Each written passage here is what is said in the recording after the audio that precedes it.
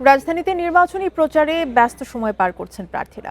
ভোটের আমেজে জমজমাট রাজধানী। সরকারের একটি মহল কিছু প্রার্থীকে জয়ী করার চেষ্টা চালাচ্ছে বলে অভিযোগ ঢাকা ৮ আসনের বিএনপি প্রার্থী মির্জা আব্বাসের।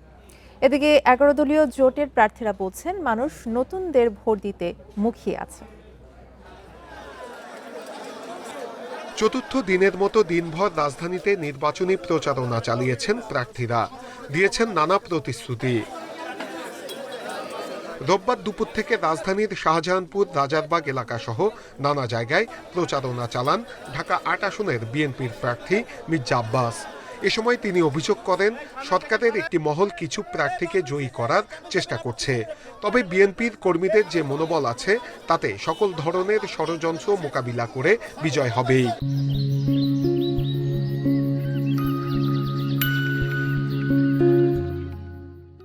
তারা যেভাবে ৯১, ৯৬, ২০০১ সালে আমাকে ভালোবেসে ভোট দিয়েছিলেন, আজকে তারাই আবারও আমার বিগত দিনের এবং আমার দলের কার্যক্রমের দিকে খেয়াল রেখে আমাকে তারা আবারও ভোট দিয়ে জয়যুক্ত করবেন।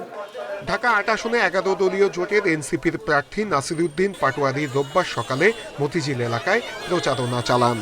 এ সময় তিনি জানান সাধারণ মানুষ নতুনদের ভোট দিতে আগ্রহী। নির্বাচিত হলে এলাকায় চাঁদাবাজি একদম বন্ধ করে ফেলা হবে বলে প্রতিশ্রুতি দেন তিনি। আমরা ভোটারদের থেকে প্রতিশ্রুতিগুলো নিয়ে আসতেছি। উনি বলল আমি একটু নিরাপদে ঘোরাফেরা করতে চাই, অর্থাৎ এখানে নিরাপত্তার বড় একটা ইস্যু রয়েছে। এবং আমরা খুবই সংক্ষিপ্ত আকারে আমাদের লিফলেটে লিখেছি সন্ত্রাস, চাঁদাবাজি, দুর্নীতি, দখলদারিত্ব রুখে দিয়ে বৈষম্যহীন ও ইনসাফের বাংলাদেশ গড়ার লক্ষ্যে আমরা কাজ করছি। রাজধানীর খিলগাঁওয়ে নির্বাচনী প্রচারণা ও গণসংযোগ কর্মসূচি চালান ঢাকা ৯ আসনের স্বতন্ত্র প্রার্থী তাসনিম জারা। এ সময় তিনি জানান জাতীয় সংসদ নির্বাচন সুষ্ঠু হবে, একই সাথে তৈরি হবে লেভেল প্লেইং ফিল্ড। স্বচ্ছতা এবং জবাবদিহিতার রাজনীতি করছি। আগের যে অর্থ এবং পেশিশক্তি ছাড়া রাজনীতি করা যায় না, সেই ধারণাটা আমরা ভাঙার চেষ্টা করছি। আর এই ধারায় আমরা এগিয়ে যাব, অনেক জনসমর্থন পাচ্ছি। শিক্ষা, স্বাস্থ্য, গ্যাস, রাস্তার সমস্যা সহ নানা বিষয়কে সামনে এনে প্রচারণা চালাচ্ছেন প্রার্থীরা।